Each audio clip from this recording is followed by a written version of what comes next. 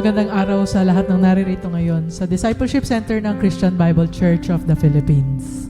At nais kong ibahagi muli ang isang linyang sinabi ng ating MC. Ayun ang, "Blessed ang mga nakatira sa bahay mo, O Diyos. Lagi silang kumakanta ng papuri sa iyo."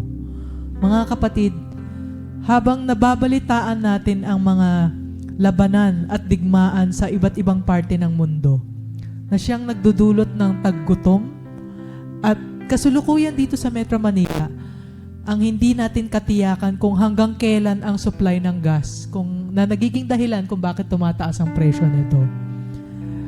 Ang paalala sa atin ni Jesus ay huwag tayong mabahala dahil ang sino mang manatiling tapat sa Kanya ang hanggang sa wakas ang maliligtas. Church, sa kabila ng ano paman ang hinaharap natin, naway alalahanin natin na ang mga sumusunod kay Kristo ay Kanyang minamahal. We are His beloved.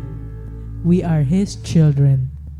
We can trust Him and we can rest in His loving embrace. Blessed ang mga nakatira sa bahay niya. Lagi silang kumakanta ng papuri sa Panginoon. Church, join the choir. I invite everyone, let us all rise and let us join the choir in singing praises to the Lord.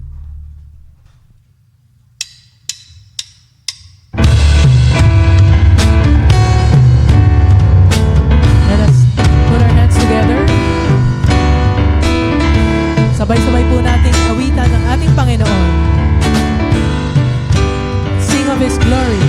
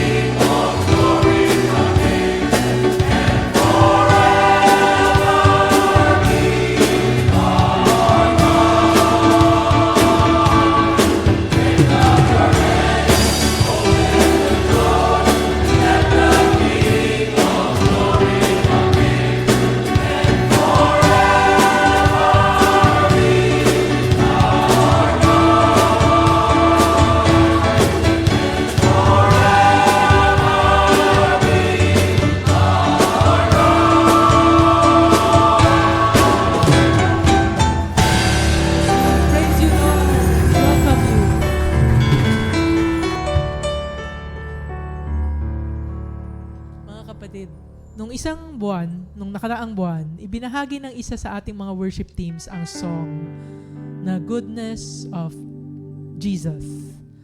Marahil medyo bago ito sa ilan sa atin. Actually, sa akin, medyo bago din siya, no? Pero ngayong umaga, gagawin natin is let's do a few repeats of the song na hopefully maging familiar sa atin, and later on, may its words also speak to our hearts. For those of us who knows this song, please sing aloud para mahikayat natin yung mga taong nasa paligid natin na mag-rest tayo sa goodness of Jesus.